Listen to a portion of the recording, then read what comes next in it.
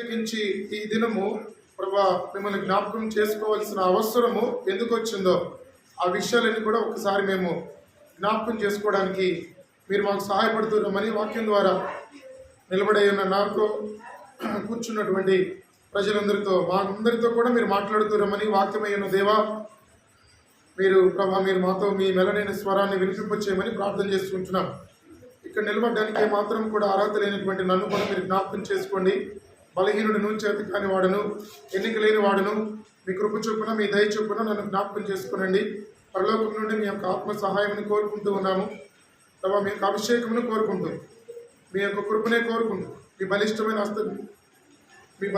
హస్తం క్రింద దీన మనస్కునిగా ప్రభా నన్ను నేను తగ్గించుకుంటూ మీ నామాన్ని హెచ్చిస్తూ చదవని లేఖన భాగం దీవించి ఆశీర్వదించమని మా ప్రభువును ప్రియరక్షకుడైన యేసుక్రీస్తు ప్రభువారి పేరిట ప్రార్థించి వేడుకుంటూ ఉన్నాం తండ్రి, ఆమేన్.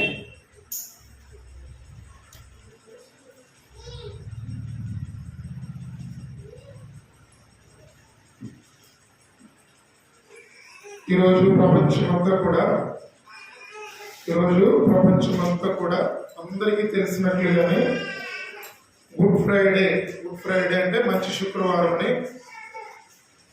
జరుపుకుంటా ఉన్నారు. ప్రపంచమంతా కూడా ఈ దినాన్ని వారు యేసుక్రీస్తు ప్రభువారు ఈ లోకంలోనికి దేని నిమిత్తము ఆయన ఈ లోకములకు వచ్చినాడో, దేని నిమిత్తము ఆయన ఈ లోకములకు వచ్చి తన జీవితమును మన కొరకై దారిపోస్తున్నాడో, దేని కొరకై ఆయన ఈ లోకంలోనికి వచ్చి ప్రాణం పెడుతూ వచ్చినాడో మనందరి కొరకై, ఆ విషయాలని కూడా ఒకసారి జ్ఞాపకం చేసుకునే దాని కొరకు సర్వలోకము ప్రపంచమంతా కూడా ఈ యొక్క శుభ శుక్రవారమును అనగా గుడ్ ఫ్రైడేను ఆధారం చేసుకొని ఆయా చర్చిలకు, ఆయా మందిరాలకు వెళ్ళి యేసు ప్రభువారు ఈ లోకంలోనికి వచ్చినటువంటి సంగతిని వారు జ్ఞాపకం చేసుకొని ఆయన ఈ లోకంలోనికి ఎందుకు వచ్చినాడో ఒకసారి ఆ సంగతిని జ్ఞాపకం చేసుకుని, నా కొరకు ఆయన ప్రాణం పెట్టడానికి ఈ లోకంలోనికి వచ్చినాడు,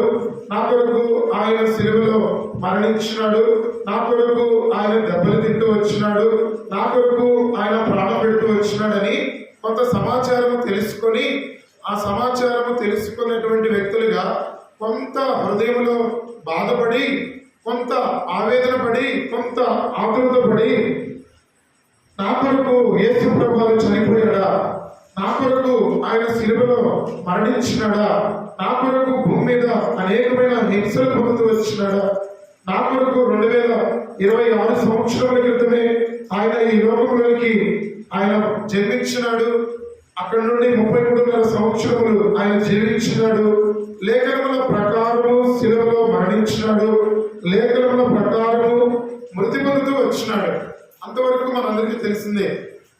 కాబట్టి ఈ యొక్క మాటలు మనం విన్నప్పుడు, ఆయన మరణం గురించినటువంటి వార్త మనం విన్నప్పుడు మనకు కొంత బాధ కలిగి, కొంత ఏడుపు వచ్చి, కొంత విచారములకు లోనై మనం ఏం చేస్తామంటే, ఈరోజు మందిరం పెడతారు కదా, ఈరోజు చర్చి ఉంటుంది కదా, కాబట్టి ఆ చర్చిలోనికి వెళ్ళి, ఆ మందిరంలోనికి వెళ్ళి ఆయనను ఒకసారి జ్ఞాపకం చేసుకుందాము, ఆయన శిలువ మరణమును ఒకసారి జ్ఞాపకం చేసుకుందాము, ఆయన శిలువలో ఎందుకొరకు మరణించినాడో దాని గురించి తెలుసుకుందాము, దేని కొరకు ఆయన మరణించినాడు, దేని కొరకు మృతి పొందవలసి వచ్చింది, దేని కొరకు ఆయన శ్రమలు, ఇబ్బందులు, ఆయన స్వరూపమును కోల్పోవలసి వచ్చింది, ఎందుకొరకు ఆయన ముళ్ళ కిరీటము ధరించవలసి వచ్చింది, ఎందుకొరకు దెబ్బలు తినవలసి వచ్చింది, ఎందుకొరకు ఆయన అనేకమైన హింసలు భూమి మీద పొందవలసి వచ్చింది అనేటువంటి కొన్ని విషయాలు తెలుసుకోవడానికి మందిరానికి వెళ్ళి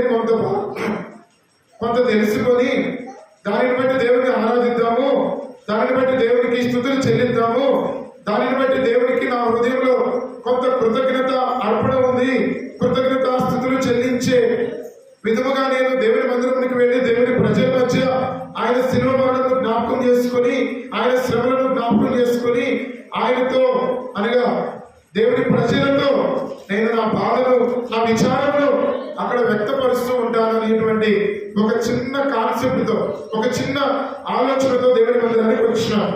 కానీ దేవుడు ఉంటా ఉన్నాడు, దేవుడు ఉంటా ఉన్నాడే ప్రాముఖ్యంగా చెప్పేటువంటి నేను 2026 సంవత్సరాల క్రితమే చనిపోయినాను. ఆ దినం మొదలుకొని ఈ దినం వరకు కూడా ఈ దినములన్నిటి కొరకే, అనగా మనందరి కొరకై, రాబోయే తరము వారి కొరకై, రాబోయే మనుషులందరి కొరకై, రేపు పుట్టబోయే బిడ్డ కొరకై, ఎల్లుండి పుట్టబోయే బిడ్డ కొరకై, రాబోయేటువంటి తరము కొరకై, రాబోయేటువంటి పుట్టబోయేటువంటి మనుషులందరి కొరకు, భూమి మీద జీవిస్తూ ఉన్న మనుషులందరి కొరకు, ఆల్రెడీ చనిపోతూ వచ్చినటువంటి వారి కొరకు, అందరి కొరకు 2026 సంవత్సరముల క్రితమే ఆయన భూమి మీద శిలువ మరణమును పొందుతూ వచ్చినాడు. ఏలైనగా మనం ఇంకనూ పాపులమై ఉండగానే ఆయన మన కొరకు మృతి పొందుతూ వచ్చినాడు అని లేఖనముల ప్రకారము, అనగా లేఖనములలో వ్రాయబడిన దాని ప్రకారము ఆయన కొంచెం మాట్లాడారు. ఆయన లేఖనముల ప్రకారము మన కొరకు మృతి పొందుతూ వచ్చినాడు. ఈ మరణమును ఒక్కసారి మనము జ్ఞాపకం చేసుకుంటే, ఒక్కసారి దీని గురించి ఆలోచన చేస్తే, ఎందుకు ఈ లోకంలోకి వచ్చినాడు, ఎందుకు ఆయన శిలువ మరణం పొందుతూ వచ్చినాడు, ఎందుకు ఈ లోకంలో శ్రమలు పొందుతూ వచ్చినాడు, ఎవరి కొరకు ఆయన శిలువ మరణమును పొందుతూ వచ్చినాడు, సమాధి చేయబడుతూ వచ్చినాడు, తిరిగి మరణాన్ని జయించి తిరిగి లేచినాడు. దేని కొరకు అంటే చనిపోయిన వారి కొరకు, అంటే మన పితరులందరి కొరకు, భూమి మీద జీవిస్తూ ఉన్న మనందరి కొరకు, రాబోయేటువంటి బిడ్డల కొరకు, పుట్టబోయేటువంటి వారి కొరకు, ఈ తరములన్నిటి కొరకే ఒక్కసారే ఆయన మరణించడం జరిగింది. ఒక్కసారే మనుష్య కుమారుడు ఒక్కసారే అప్పగింపబడి, మనుష్య కుమారుడు ఒక్కసారే మృతి పొందెను అనేటువంటి లేఖనము నెరవేర్చబడింది. కాబట్టి ఇప్పుడు మనం ఏం చేయాలంటే, యేసు ప్రభువారి యొక్క మరణమును, ఆయన యొక్క శిలువ మరణమును, ఆయన మన కొరకు చేస్తూ వచ్చిన త్యాగమును ఒక్కసారి జ్ఞాపకం చేసుకుంటాం. బైబిల్ గ్రంథంలో ఒక్కసారి జ్ఞాపకం చేసుకుని ఏం చేస్తామంటే, రక్షించబడినటువంటి వ్యక్తులుగా, దేవునికి హృదయం ఇచ్చి మారు మనసు పొంది పాప క్షమాపణ పొందినటువంటి వ్యక్తులుగా ఈ వాక్య భాగములను ఆధారం చేసుకుని ప్రభువుకు కృతజ్ఞతాస్తుతులు చెల్లించేటువంటి వ్యక్తులుగా ఉంటాం. కొద్ది నిమిషములు ఇప్పటి వరకు కూడా ఇంకా మారు మనస్సు అనేటువంటిది తెలిసి కూడా, మారు మనసు పొందాలి అనేటువంటి విషయం తెలిసి కూడా, రక్షణ పొందాలి అనేటువంటి విషయం తెలిసి కూడా ఇంకా మారు మనసు పొందకుండా, ఇంకా దేవునికి మన హృదయములు ఇవ్వకుండా, హృదయంలో పాపం ఉంచుకొని, ఆత్మలో పాపమును కలిగి ఉండి, ధర్మశాస్త్రమును అనుసరించుకుంటూ, అనగా దేవుని యొక్క వాక్య భాగములు నాకు తెలుసులే అని అనుకుంటూ దేవునికి హృదయం దూరంగా ఉన్నటువంటి వ్యక్తులతో దేవుడు మాట్లాడుతూ ఉంటాడు.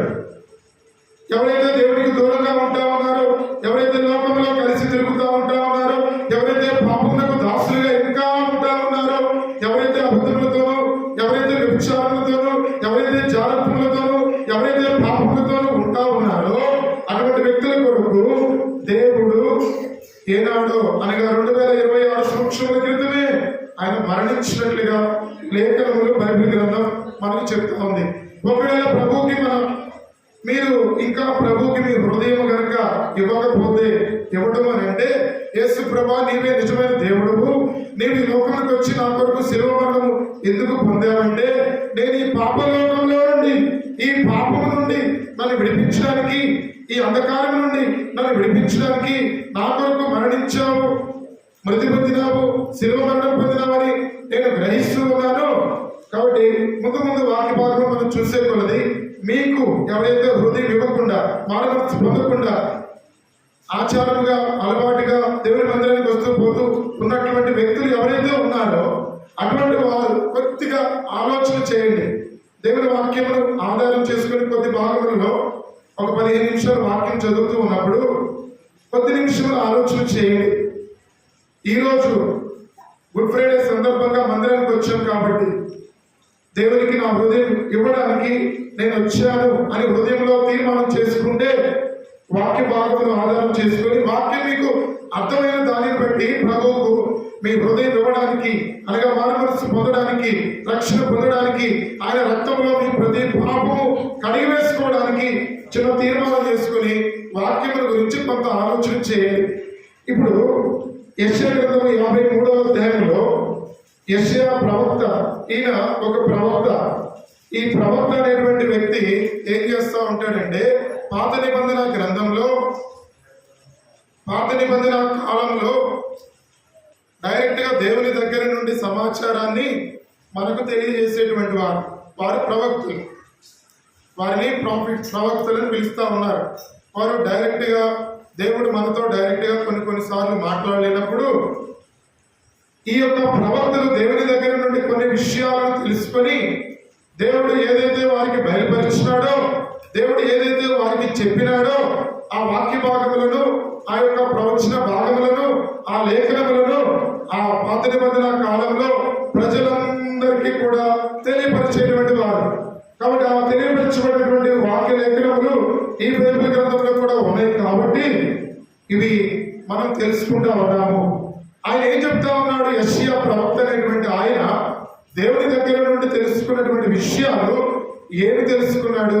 ఇక్కడ ఏమి రాస్తూ వచ్చినాడంటే లేత మొక్క వలెను ఎండిన భూమిలో, యెషయా గ్రంథం 53:2 లేత మొక్క వలెను ఎండిన భూమిలో మొలిచిన మొక్క వలెను అతడు ఆయన ఎదుట పెరిగిను. ఎవరు పెరిగింది? అతడు ఆయన ఎదుట పెరిగెను.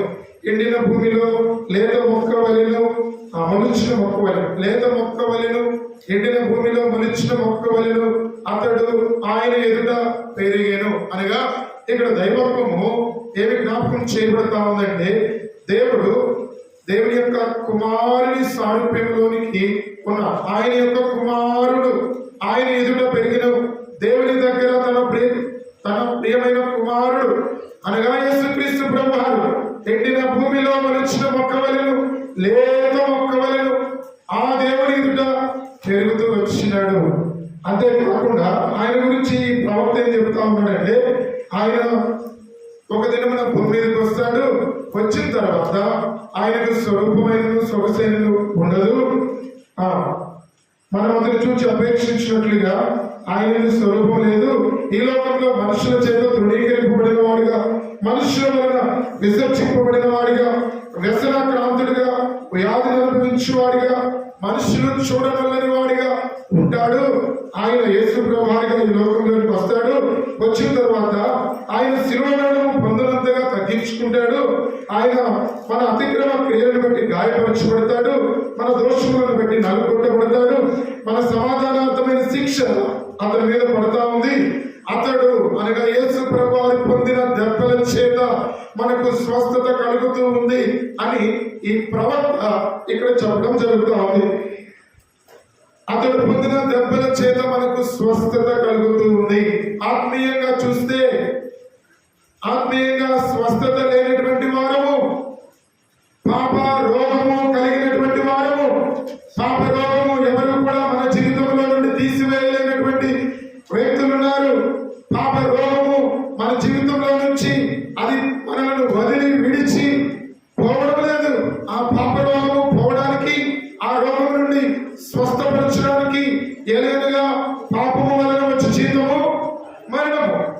ఆ యొక్క మరణం నుండి తప్పించడానికి యేసు ప్రభువారు ఈ లోకంలోనికి వచ్చినారు. తండ్రి ఎదుట లేత మొక్క వలె పెరిగిన యేసుక్రీస్తు ప్రభువారు నేను ఆ పాపముల కొరకై నేను మన యొక్క ధర్మశాస్త్రం ప్రకారం ఏంటంటే పాపమునకు శిక్ష ఏంటంటే సిలువ వేయాలి. పాపమునకు శిక్ష ఏంటంటే సిలువ వేయాలి. కాబట్టి పాపము చేసింది మనము, మన కొరకు యేసు ప్రభువారు సిలువ శిక్షలో పాలుపంపు పొందుతూ వచ్చినాడు. పాపం చేసింది మనము, శిక్ష అనుభవించింది యేసుక్రీస్తు ప్రభువారు.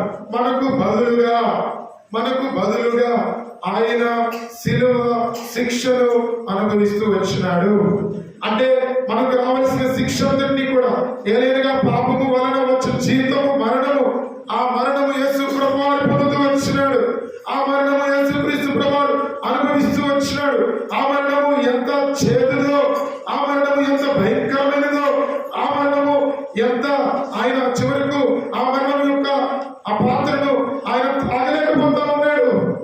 ఆ మరణమును మృంగివేసినాడు, ఆయనే మృంగివేసినాడు. మన కొరకు మన పాపముల నిమిత్తము ఆయన ఈ జరిపించడానికి తన ప్రియకుమారుడైన యేసుక్రీస్తు ప్రభువుని ఈ లోకంలోనికి పంపించినాడు. అనగా తండ్రి అయిన దేవుడు తను తాను తగ్గించుకొని ఈ లోకంలో కుమారుడిగా ఆయన ఈ లోకంలోనికి అనుదించినాడు. ఇప్పుడు ఆయన శ్రమ పొందిన వాడిగాను, అతిక్రమముల కొరకే గాయపరచబడిన వాడిగాను, దోషముల కొరకే నలుగొట్టబడిన వాడిగాను, సమాధానం లేనటువంటి వ్యక్తులు మన జీవితంలో మనకు సమాధానం అనుగ్రహించడానికి ఆయన ఆ సమాధానార్థమైన శిక్ష ఆయన అనుభవిస్తూ వచ్చినాడు. ఇప్పుడు మనం అతడు పొందిన దెబ్బల చేత మనకు స్వస్థత కలుగుతున్నది. ఆత్మీయంగా స్వస్థత లేనటువంటి వ్యక్తులము దేవుడు ఆ యొక్క స్వస్థత ఇవ్వడానికి ఈ లోకంలోనికి వచ్చినాడు. ఆయన ఈ లోకంలోనికి వచ్చి ప్రాణమును సిలువలో అప్పగించుకుంటూ వచ్చినాడు. తన ప్రాణమును సిలువలో అప్పగించుకుంటూ వచ్చినాడు. ఎలాగో అప్పగించుకున్నాడో వాక్యంలో చూద్దాం. గలతీయులకు రాసిన పత్రిక ఎందుకొరకు సిలువలో తన ప్రాణమును అప్పగించుకున్నాడు, దేని కొరకు అప్పగించుకున్నాడు, ఎవరి కొరకు అప్పగించుకున్నాడు అనేటువంటి విషయాన్ని గలతీయులకు రాసిన పత్రిక 1వ అధ్యాయము 4వ వచనం. మన తండ్రి అయిన దేవుని చిత్త ప్రకారం క్రీస్తు మనలను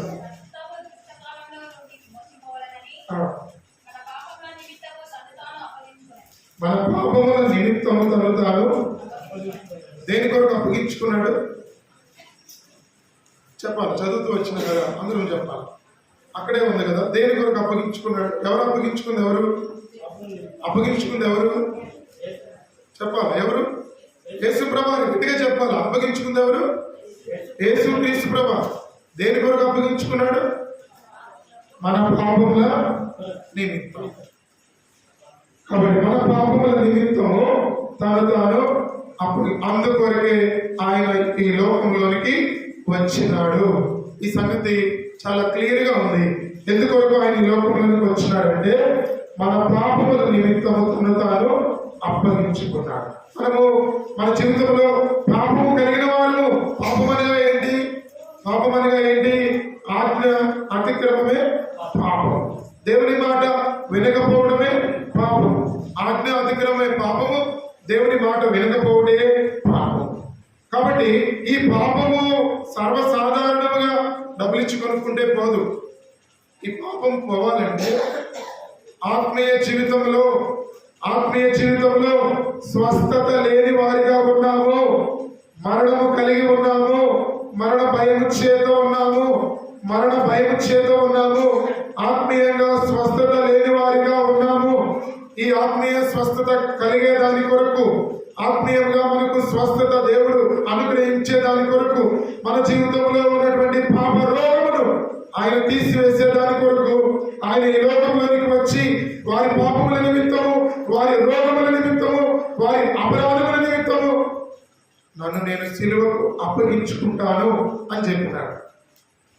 మన పాపముల నిమిత్తము, మన అపరాధముల నిమిత్తము, మన యొక్క రోగముల నిమిత్తము, మన యొక్క మరణముల నిమిత్తము, వారి నిమిత్తము నేను అప్పగించుకుంటాను అని వెళ్ళి ఆయన సిలువలో తన ప్రాణమును అప్పగించుకుంటా ఉన్నాడు. ఎప్పుడైతే యేసు ప్రభువు సిలువలో మొట్టమొదటిగా తన ప్రాణమును అప్పగించుకోవడానికి ఇష్టపడ్డాడో మనకు దొరికిన ఆశీర్వాదం ఏంటో చూడండి. మన తండ్రి అయిన దేవుని చిత్త ప్రకారం క్రీస్తు మనలను ప్రస్తుత దుష్ట కాలంలో నుండి విమోచింపవలెనని మనకు విమోచన దొరికింది. మనకు పాపముల నుండి విమోచించబడుతూ వచ్చిన, పాపముల నుండి, దుష్ట కాలంలో నుండి, దుష్టుని యొక్క సాతాను యొక్క కాడి క్రింద నుండి, అపవాది యొక్క తంత్రముల క్రింద నుండి, మరణాంధకారంలో నుండి మనం విమోచించబడుతూ వచ్చినాం. సాతాను యొక్క అధికారం నుండి, మరణాంధకారం నుండి, సాతాను యొక్క అధికారం నుండి, చీకటి నుండి మనము విడిపించబడుతూ వచ్చినాము, విమోచించబడుతూ వచ్చినాము. యేసు ప్రభువు మన కొరకు ఆ సిలువలో అప్పగించుకున్న విధానం బట్టి దుష్ట కాలంలో నుండి, దుష్టుడు అంటే ఎవరు? సాతాను. దుష్టకాలంలో నుండి సాతాను యొక్క యుగము ప్రస్తుతం యొక్క దుష్టకాలంలో నుండి ఈ యొక్క దుష్టుడు అనగా మార్కు సువార్త 7వ అధ్యాయం 21వ వచనంలో, మార్కు సువార్త 7వ అధ్యాయము 21వ వచనం, లోపల నుండి అనగా మనుషుల హృదయంలో నుండి దురాలోచనలను, మనుషుల హృదయములో నుండి దురాలోచనలను, జారత్వములను, దొంగతనములను, నరహత్యలను, వ్యభిచారమును, క్రోధములను, కృత్రిమమును, కామ వికారమును, మత్సరమును, దేవదూషణ, అహంభావము, అవివేకమును వచ్చును. ఈ చెడ్డవన్నీ లోపల నుండి అవి బయలు నిలబడుతూ ఉన్నాయి. ఈ చెడ్డవన్నీ లోపల నుండి బయలు. కాబట్టి మనుషుని యొక్క హృదయము ఇంత అపవిత్రపరచబడుతూ వచ్చింది. మనుషుని యొక్క హృదయము ఇంత పాప రోగములకు అలవాటైపోతూ వచ్చింది.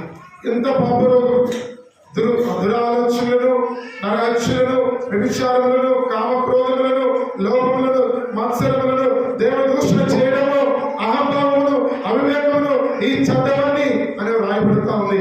ఇవి దుష్టుని యొక్క యుగంలో ఉన్నాయి. ప్రస్తుతపు దుష్టకాలంలో నుండి విమోచింపబడాలని, ఈ యొక్క అలవాట్లన్నిటి నుంచి కూడా విడిపించబడాలని, దురాలోచనలను, దొంగతనములను, జారత్వములను, నరహత్యలను, వ్యభిచారములను, కామ క్రోధములను, లోపములను, మత్సరములను, దేవదృష్టిని, అహంభావమును, అవివేకం, ఈ చెడ్డవన్నీ, ఈ చెడ్డ అలవాట్ల నుండి దేవుడు మనలను విడిపించడానికి ఆయన ఈ లోకంలోనికి వచ్చినాడు. ఈ లోకంలోనికి వచ్చి తన ప్రాణమును సిలువలో అప్పగించుకోవచ్చు. ఏం చేస్తున్నాడు? తన ప్రాణమును సిలువలో అప్పగించుకోవచ్చు. ఎప్పుడైతే ఆయన సిలువలో తన ప్రాణాలను అప్పగించుకున్నాడు, అప్పుడు వాటన్నిటి నుంచి, ఈ చెడ్డవాటన్నిటి నుంచి మనకు విమోచన జరుగుతూ వచ్చింది. మనము విమోచించబడుతూ వచ్చినాము. పాపముల నుండి విమోచించబడుతూ వచ్చినాము. దుష్ట కాలంలో నుండి విమోచించబడుతూ వచ్చినాము. సాతాను యొక్క చేతి క్రింద నుండి, బానిసత్వం క్రింద నుండి విడిపించబడుతూ వచ్చినాము.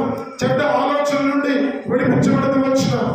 కామ క్రోధముల నుండి, జారత్వముల నుండి, వ్యభిచారముల నుండి విడిపించబడుతూ వచ్చినాము.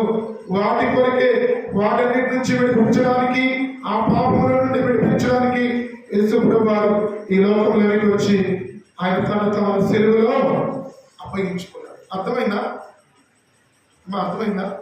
ఇప్పుడు రక్షించబడ్డాం కదా, మనం దేవునికి కృతజ్ఞతాస్తుతులు మనం ఏమి చెల్లిస్తాం? ఇప్పుడు ప్రభా, నా కొరకు ఈ లోకంలోనికి వచ్చి ఈ అలవాట్లన్నింటి కొరకై నన్ను విడిపించిన, ఈ అలవాట్లన్నింటి నుండి, పాపము నుండి, శాపము నుండి, సాతాను యొక్క అధికారం నుండి, దుష్ట కాలంలో నుండి నన్ను ఆ పాపము నుండి విడిపించినావు, విమోచించినావు. అందుకొరకు ఈ లోకంలోకి వచ్చి ఆ సిలువలో నా కొరకు మీరు అప్పగించుకున్నారు. ప్రభా, ఏమిచ్చి రుణము తీర్చుకోలేదు. నన్ను రక్షించినావు కదా, నన్ను రక్షించినావు కదా, నా జీవితంలో మార్చివేసినావు కదా, నా జీవితంలో మార్చివేసినావు కదా, నా అలవాట్లు మార్చివేసినావు కదా. ఇందును బట్టి మీకు కృతజ్ఞతాస్తుతులు చెల్లిస్తాను. ఇందును బట్టి నేను మీకు థ్యాంక్స్ చెప్పుకుంటాను. ఇందును బట్టి నేను ఇంకను నా యొక్క కన్నీళ్లు అనగా కృతజ్ఞత అర్పణలు చెల్లిస్తాను అని ప్రభువుకు మనము కృతజ్ఞతాస్తుతిని చెల్లించి వాడిగా ఉంటాం. మొట్టమొదటిది, మన పాపముల నుండి మనల్ని విమోచించడానికి యేసు ప్రభువారు సిలువలో అప్పగించుకున్నాడు. అప్పగించుకున్నాడు అనేటువంటి ఆ మాటలు మనం చూద్దాం. ఎఫెసీయులకు రాసిన పత్రిక, రెండవది ఎఫెసీయులకు రాసిన పత్రిక 5వ అధ్యాయము 2వ అధ్యాయం చూద్దాం. ఎఫెసీయులకు రాసిన పత్రిక 2వ అధ్యాయము 1వ వచనం.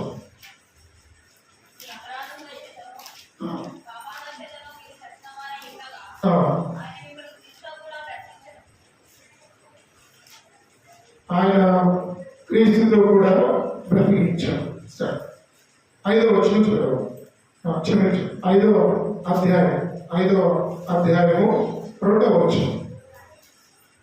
ఈ మాట కూడా చదువు. క్రీస్తు అందరం కలిసి చదువుకున్నాం. 5వ అధ్యాయం 2వ వచనం. క్రీస్తు మిమ్మల్ని ప్రేమించి పరిమళ వాసనగా ఉండుటకు మన కొరకు తను తాను దేవునికి అర్పణముగాను బలిగాను అప్పగించుకునే మాట చూసారా, చదివారా? అప్పగించు. దేని కొరకు ఆయన అప్పగించుకున్నాడు? క్రీస్తు మిమ్మల్ని ప్రేమించి పరిమళ వాసనగా ఉండుటకు ఇక్కడ రెండోసారి పరిమళ వాసనగా ఉండుటకు ఆయన ఏం చేసినాడు? అప్పగించుకున్నాడు సిలువకు. మీరు ఎక్కడో ఆలోచన చేస్తున్నారు. ఈ రోజు మందిరానికి వచ్చిన మీకు ఇక్కడే ఆలోచన చేయండి. ఇంటి దగ్గర గురించి ఆలోచన చేయొద్దు, ఇక్కడే ఆలోచన చేయండి. యేసుప్రభు వారు నా కొరకు ఎందుకు చనిపోయినాడు, యేసుప్రభు వారికి నేను ఎలా కృతజ్ఞతాస్తుతులు చెల్లించాలి, దాని విషయమే ఆలోచన చేయండి. ఇంటి దగ్గర మర్చిపోండి. తాళం వేసి వచ్చేసినారా? డోర్లు ఓపెన్ చేసినారా? తాళం వేసినారు. తాళం వేసి వచ్చేసినారు కదా, మర్చిపోండి. దేని కొరకు ఆయన అప్పగించుకున్నాడు? రెండోది పరిమళ వాసనగా. మీరు చెప్తే నేను కూడా చెప్తా. అయిపోతుంది, 5 నిమిషాలు ముగించి చూసుకుందాం.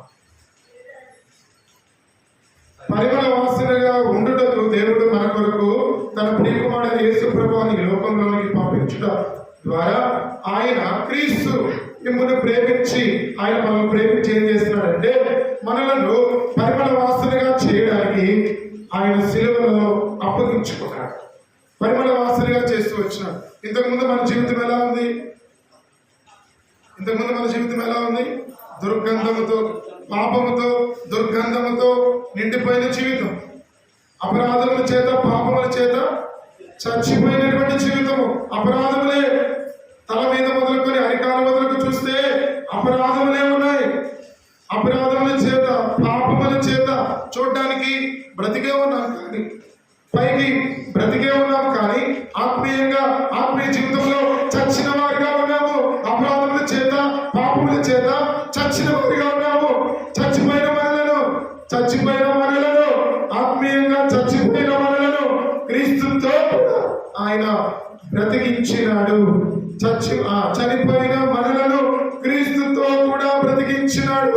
ఎందుకు బ్రతికించినాడంటే నిన్ను నన్ను దేవునికి పరిమళ వాసనగా చేయడానికి ఆయన మనలను బ్రతికించినాడు. ఎందుకు బ్రతికించినాడు చెప్పాలి? ఎందుకు బ్రతికించినాడు? ఇల్లు కొనుక్కోవడానికి, కార్లు కొనుక్కోవడానికి, స్థలాలు కొనుక్కోవడానికి, ఇవన్నీ కూడా మనం జీవించడానికి మనం సంపాదించుకుంటున్నాం. దానితో పాటు ఏం కావాలంటే మనకు కార్లు, ఇల్లు, స్థలాలు, పొలాలు, వీటిని సంపాదించుకొని మన జీవన విధానాన్ని కొనసాగించుకుంటున్నాం. మంచిది. వాటితో పాటు మనకు ఆత్మీయ జీవితంలో మనము దేవునికి పరిమళ వాసనగా చేయబడాలి. దేవునికి మనము పరిమళ వాసనగా చేయబడాలి. పరిమళ వాసనగా చేయబడాలంటే మనలో ఉన్న అపరాధములు, పాపముల చేత చచ్చిన జీవితం నుండి మనము విడిపించబడాలి. అపరాధముల చేత, పాపముల చేత చచ్చిపోయిన మనల్ని విడిపించడానికి ఆయన ఈ లోకంలోనికి వచ్చాడు. నీ కొరకే ఆయన ఈ లోకంలోనికి వచ్చాడు. వాక్యం అంటే ఇష్టం లేదు, దేవుడు అంటే ఇష్టం లేదు, పాటలంటే ఇష్టం లేదు, వాక్యం విన్నామంటే ఇష్టం లేదు, మందిరానికి రావాలంటే ఇష్టం లేదు. వ్యసనము, లోకంలో ఉన్నటువంటి దురలవాట్లతో నిండిపోయి ఉన్నాము. లోకంలో ఉన్నటువంటి పాపంతో నిండిపోయి ఉన్నాము. అపరాధములతో నిండిపోయి ఉన్నాము. దేవునికి పరిమళ వాసనగా చేయబడము నీకు ఇష్టం లేదు. అయితే దేవుడు నన్ను ప్రేమించి, నీకు ఇష్టం ఉన్నా నీకు ఇష్టం లేకపోయినా, దేవుడు అంటే నీకు ఇష్టం ఉన్నా నీకు ఇష్టం లేకపోయినా, నీ కొరకు నా కొరకు ఆయన ఈ లోకంలోకి వచ్చి శిలువలో ఆయన మరణించినాడు. ఆయన మృతి పొందుతూ వచ్చినాడు. మనలను దేవునికి పరిమళ వాసనగా చేయడానికి తల మీద ముళ్ళ కిరీటము, ప్రక్కలో బల్లెపోటు, చేతుల్లో శిలలు, కాళ్ళలో బేగులు, 1 తక్కువ 39 తొడాదెబ్బలు, వీపంతా కూడా నాగలి సాలవలే దున్నబడతా ఉంది. ఆయన తిన్నించుకుంటూ వచ్చినారు. పిడుగులు గుద్దుతూ వచ్చినారు. వెంట్రుకలు పెరిగి వేసినారు. ఒక్క చిన్న మాట అంటే పడతామా? ఒక చిన్న మాట ఇట్లా వాక్యం చెప్పేటప్పుడు గమ్మ కూర్చోండి అన్నారు అనుకోండి. కొంతమంది గమ్మ కూర్చుంటారు, కొంతమంది పడతారు. ఎక్కడి నుంచో వచ్చాడు గమ్మ కూర్చోమంటాడు ఏంటి అనుకుంటాం. చిన్న మాట అంటే ఓర్చుకోలేము, చిన్న మాట అంటే పడలేము. అట్లాంటిది వెంట్రుకలు పెరిగి వేస్తున్నారు. 6 అంగుళాలు ఉంటుంది ఒక్కొక్క ముళ్ళు. పొలం పని చేసుకుంటాక మనందరం చిన్న ముళ్ళు ఓర్చుకుంటామా. అది తగ్గకపోతే ఏం చేస్తాం? మందులు తెచ్చుకుంటాం. ఇంకా తగ్గకపోతే ఏం చేస్తాం? డాక్టర్ దగ్గరికి వస్తాం. ఆపరేషన్ చేయాలంటే చేయాల్సిందే. ఎందుకు? మన ప్రాణములు బ్రతికించుకోవడానికి ఎంత కష్టమైనా సరే, ఎంత డబ్బులు అవసరం వచ్చినా సరే దాని కొరకు మనము ప్రయాసపడుతూ ఉంటాం. అందరం కూడా ప్రాణం బ్రతికించుకోవడానికి ప్రయాసపడతాం.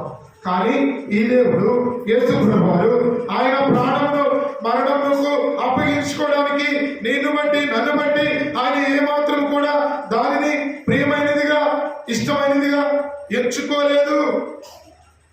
తనకు ప్రియమైనదిగా ఎంచుకోలేదు. నేను పాపముల కొరకే చనిపోవడానికి ఇష్టపడ్డాడు. ముళ్ళ కిరీటం పెట్టించుకోవడానికి ఇష్టపడ్డాడు. 6 అంగుళాలు కలిగినటువంటి ముళ్ళతో కూడిన ఒక కిరీటమును అల్లి మనం చెడిపోయిన తలంపులు దురాలోచనలు చేస్తున్నామని, చెడిపోయిన తలంపులతో మన ఆలోచనలు సరిగా లేవు, మన యొక్క జీవితము బట్టి ఆయన ఏం చేస్తున్నాడంటే ఆ ముళ్ళ కిరీటము మన తలంపుల నిమిత్తము. మన తలంపులు మంచివి కావు. మన తలంపులని కూడా దేవునికి విరోధముగా ఆలోచన చేస్తాము. అటువంటి తలంపులతో మనం నిండి ఉంటాము. దేవునికి విరోధముగా ఆలోచించేటువంటి వ్యక్తులము. అందుకని ఆ తలంపులన్నింటినీ కూడా దేవుడు క్షమించి వేసి ఆ తలంపులన్నింటి కొరకే తల మీద ముళ్ళ కిరీటము ఆయన గుర్చబడుతూ వచ్చినప్పుడు ఆయన ఓర్చుకున్నాడు. కాళ్ళలో గుచ్చుకుంటే, అరచేతిలో గుచ్చుకుంటే చాలా నొప్పి. కాళ్ళు గుచ్చుకుంటేనే చాలా నొప్పి. అరికాలు చాలా కొంచెం మందంగా ఉంటుంది. అరికాలు యొక్క భాగము కొంచెం మందంగా ఉంటుంది. అయినా అది గుచ్చుకున్నప్పుడు ముళ్ళు కొంచెం బాధేస్తుంది. తల చాలా మెత్తగా ఉంటుంది. మెదడులోకి దిగిపోయి ఆ ముళ్ళని కూడా మెదడులోకి దిగిపోతా వచ్చినాయి. ఎంత బాధ అనుభవించుంటాడు. వెంట్రుకలు పెరిగి వేస్తా వచ్చినారు. పిడిగుద్దులు గుద్దుతూ వచ్చినారు. అపహాస్యం చేస్తూ వచ్చినారు. హేళన చేస్తూ వచ్చినారు. ఎగతాళి చేస్తూ వచ్చినారు. వస్త్రములు చించి వేసినారు. వీధులలో సిలువ మోసుకొని వెళ్తా ఉంటే ఆయనను కొరడాలతో కొడతా ఉన్నారు. మామూలుగా తీసుకెళ్ళట్లే, కొరడాలతో కొట్టుకుంటా తీసుకెళ్తా ఉన్నారు. ఆ యొక్క వీపు మీద కొడతా ఉంటే రక్తం కారిపోతా ఉంది. మనకు రక్తం కారితే ఏదో ఒక చిన్న గుడ్డ అడ్డం పెట్టుకుంటాం, క్లాత్ అడ్డం పెట్టుకుంటాం, కట్టేసుకుంటాం. వెంటనే కట్టేవారు లేరు. ఆ రోజు ఆయన కట్లు కట్టించుకుంటే ఈ రోజు మన యొక్క పాపపు కట్లు తెంపబడేవి కాదు. ఆ రోజు ఆయన దెబ్బలు పొంది రక్తమును చిందించి గాయములు పొందుతూ వచ్చినాడు. కాబట్టి నేను ఆ జీవితంలో పాపముల కలిగిన శిక్ష తొలగిపోయింది. ఆయన పొందిన దెబ్బల చేత ఆత్మీయంగా మనకు స్వస్థత కలుగుతూ వచ్చింది. అర్థమవుతుందండి? చేతుల్లో శీలను కొడతా ఉన్నారు. కాళ్ళల్లో 2 కాళ్ళు ఒకదాని మీద ఒకటి, ఒక కాలు మీద ఒకటి పెట్టి మేకు కొడితే ఆ మేకు దాదాపు 2 కాళ్లకు సరిపడే మేకు దించినారు. ఒకటే మేకు కొడుతూ వచ్చినారు. ఆ మేకు 2 కాళ్ళల్లో దిగి ఆ చెక్కకు అది గుచ్చబడతా ఉంది. ఎంత లోతుకు దిగిపోతా ఉన్నాం. వచ్చుకుంటా వచ్చినాడు. మౌనంగా ఉన్నాడు. నోరు తెరవలేదు. మౌనంగా ఉన్నాడు. ఆ రోజు ఆయన నోరు తెరిచి నన్ను ఎందుకు కొడుతున్నారు మీరు అని ప్రశ్నిస్తే ఈ రోజు మనం బ్రతికే వాళ్ళమే కాదు. అసలు ఈ రోజు మనం పుట్టుండే వాళ్ళమే కాదేమో. అసలు ఈ రోజు భూమి మీద మనం ఉండేవాళ్ళమే కాదేమో. ఆ రోజు ఆయన మౌనంగా ఉన్నాడు. వెంట్రుకలు పెరిగి వేస్తా ఉంటే మౌనంగా ఉన్నాడు. ఉమ్ము వేసిన మనం ఇట్లా రోడ్డు మీద పోతా ఉంటే మనల్ని చూసి పక్కన ఉమ్మి వస్తాయి. కొన్ని సందర్భాలు మనకు తెలుసు. మనం అంటే గిట్టని వాళ్ళు ఏం చేస్తారు? మనం అంటే గిట్టని వాళ్ళు మనం పోతా ఉంటే కొంచెం ఉమ్ము వేసి తిడతారు, ఏదో ఒకటి కొనుక్కుంటారు, సనుక్కుంటారు. వాళ్ళు పక్కన ఊసి సనుక్కొని కొనుక్కుంటా ఉంటారు. కానీ యేసు ప్రభువు శిలువ మోసుకుంటూ వెళుతూ ఉన్నప్పుడు ఆయన ముఖము మీద ఉమ్మి ఊసినాడు. ఆయన ముఖము మీద ఉమ్మి ఊసినాడు, తుడుచుకుంటూ వచ్చినాడు. ఎవరి కోసం? మన కోసం, మన పాపముల కోసం, మన పాపముల నిమిత్తం ఆయన భూమి తుడిచి వేసుకున్నాడు. వెంట్రుకలు పెరిగి వేస్తా ఉంటే ఓర్చుకున్నాడు. కొరడా దెబ్బలు కొడతా ఉంటే ఓర్చుకున్నాడు. తల మీద ముండ్ల కిరీటం ఒత్తుతా ఉంటే, ముండ్లు దిగుతా ఉంటే ఓర్చుకున్నాడు. సిలువ మోస్తా ఉంటే భుజమంతా కందిపోతా ఉంది, రక్తం అంతా చెప్పాను కదా, ఏదో చదువుకున్నాం కదా, లేత మొక్క వలె తండ్రి ఎదుట పెరుగుతూ వచ్చినాడు. లేత శరీరం పరమగీతంలో యేసు ప్రభువారి గురించి వర్ణించబడతా ఉంది. 10,000 మంది పురుషులుంటే 10 మంది కాదు, 1000 మంది కాదు, 2,000 కాదు, 3,000 కాదు. మనం ఒక మందిరం నిండా నిండిపోయినాం అనుకో, ఒక మనిషి మధ్యలో ఎక్కడైనా కూర్చున్నాడు అనుకో, మన తల్లిదండ్రులు ఎక్కడున్నారని వెతుకుతారు. కానీ 10,000 మంది పురుషులు అక్కడ ఉంటే వారి మధ్యలో యేసు ప్రభువు ఎక్కడున్నాడో మనం ఈజీగా గుర్తుపట్టొచ్చు. అంత సౌందర్యవంతుడు, అంత అందమైన వాడు, అంత అందమైన దేహము కలిగిన వాడు, అందమైన ముఖం కలిగిన వాడు, అందమైన రూపము కలిగిన వాడు. ఇప్పుడు ఆ దెబ్బల చేత స్వరూపము అనగా ఆయన యొక్క రూపమంతా కోల్పోతూ వచ్చినాడు. నీ కొరకు నా కొరకు ఆయన రూపమంతా కూడా కోల్పోతూ వచ్చినాడు. పిడిగుద్దులు గుద్దుతా ఉంటే ఓర్చుకున్నాడు, ఉమ్మ వేస్తా ఉంటే ఓర్చుకున్నాడు. ఆయన తల మీద ముండ్ల కిరీటం పెడితే ఓర్చుకున్నాడు. శిలువ కాళ్ళలో మేకలు కొడతా ఉంటే ఓర్చుకున్నాడు. శిలువ మోసుకొని తీసుకొని వెళుతూ మధ్యలో పడిపోయినాడు, మోయలేక పడిపోయినాడు. వెంటనే మరలా లేచి దాన్ని ఎత్తుకొని ఆయన మరలా మోసుకుంటూ వెళ్తా ఉన్నాడు. ఆయన శిలువ కార్యం సంపూర్ణం చేశాడు. మధ్యలో ఆ శిలువ కార్యం వదిలిపెట్టి ఇది నేను భరించలేదు అని ఆయన వెళ్ళిపోలేదు. నీ కొరకు నా కొరకు నీవు నేను పాపముల నుండి విడిపించబడాలని, నీవు నేను పరిమళవాసులుగా చేయబడాలని ఆయన మన కొరకు అప్పగించుకున్నాడు. చివరిగా ఒక మాట చూసి మన కళ్ళు మూసుకొని ఆరాధన చేద్దాం. ఎఫెసీయులకు రాసిన పత్రిక అది 5వ అధ్యాయం 25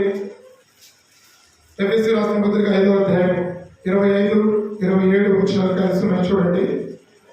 అటువలే క్రీస్తు కూడా సంఘము, ఎఫెసీ 5:25-27 వచ్చిన 27 వచ్చిన పురుషులారా ప్రియులని భార్యను ప్రేమించుడి, అటువలే క్రీస్తు కూడా సంఘమును ప్రేమించి అది కళంకమైనను మృతమైనను అనేది మరి ఏదైనా లేక పరిశుద్ధమైనది గాను నిర్దోషమైనది గాను నిష్కళంకమైనది గాను మహిమైన సంఘము గాను ఆయన తన దాన్ని నిలబెట్టుకోవాలని వాక్యంతో ఉదక స్నానం చేత దాన్ని పవిత్రపరిచి పరిశుద్ధపరచుడికే దాని కొరకు తను తాను అప్పగించుకొనెను. మూడవది అప్పగించుకొనెను. ఎందుకు ఇక్కడ మూడవ పని అప్పగించుకున్నాడు? సంఘము కొరకై. ఇప్పుడు మనల్ని మొట్టమొదటిగా పాపముల నుండి విడిపించినాడు కదా. గలతీయులకు రాసిన పత్రిక 1వ అధ్యాయం 4వ వచనంలో ప్రస్తుత దుష్ట కాలములో నుండి విడిపించవలెనని మన పాపముల నిమిత్తము తను తాను అప్పగించుకున్నాడు. కాబట్టి మనల్ని పాపముల నుండి విమోచించబడేదాని కొరకు తను తాను అప్పగించుకున్నాడు. రెండవది పరిమళ వాసనగా చేయడానికి తను తాను అప్పగించుకున్నాడు. మూడవదిగా ఈయన మనలను సంఘములో చేర్చడానికి తను తాను అప్పగించుకున్నాడు. సంఘము అంటే ఎవరు? సంఘము అంటే ఎవరు? మనమే. మనమందరం కూడా ఒక సంఘముగా ఆయన నిర్మించడానికి ఆయన ఈ సంఘము కొరకే మరణించి శిలువను అప్పగించుకుంటూ వచ్చినాడు. దేనికి సంఘం కొరకే అప్పగించుకున్నాడంటే, ఒక దినము యేసు ప్రభు ఈ భూమి మీదకి రాబోతూ ఉన్నాడు. ఆయన రానై ఉన్నాడు కాబట్టి ఈ సంఘం ఎక్కడుంటది? యేసు ప్రభు ఈ భూమి మీదకి వచ్చేటప్పుడు ఈ సంఘం ఎక్కడుంటది? ఆయన చూడడానికి ఈ సంఘము బయలుదేరుతుంది. ఆయన కడగోళం రోగుతానే సంఘము ఎత్తుపడుతూ ఉంది. కాబట్టి ఒక దినమున ఈ సంఘము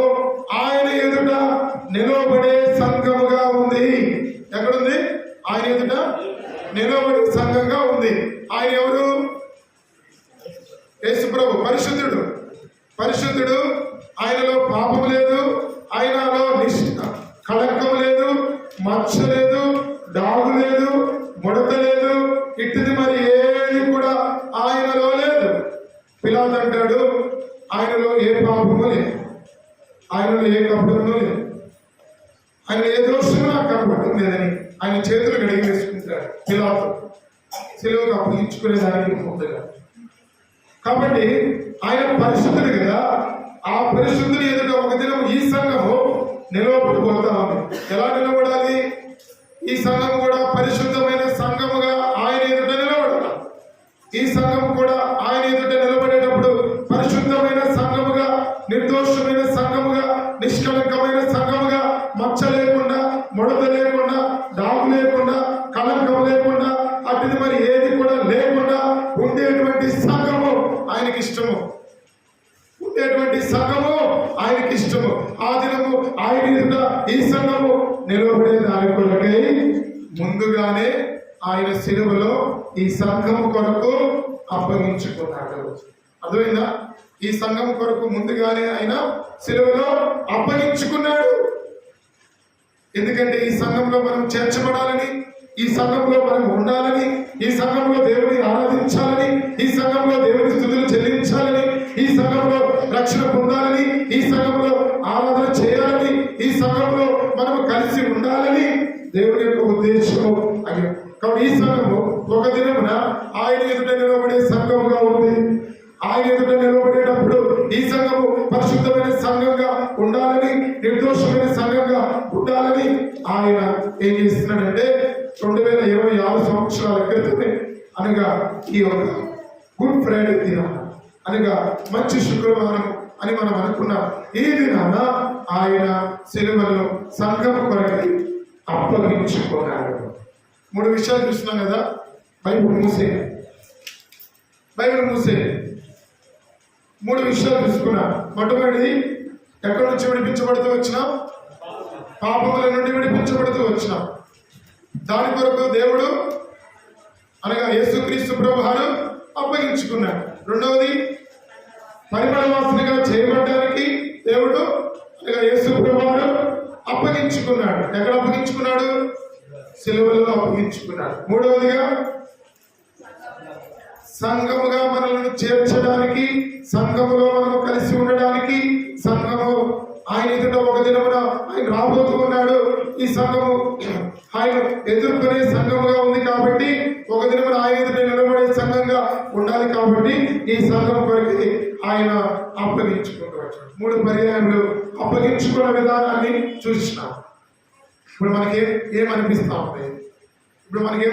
ఉంది?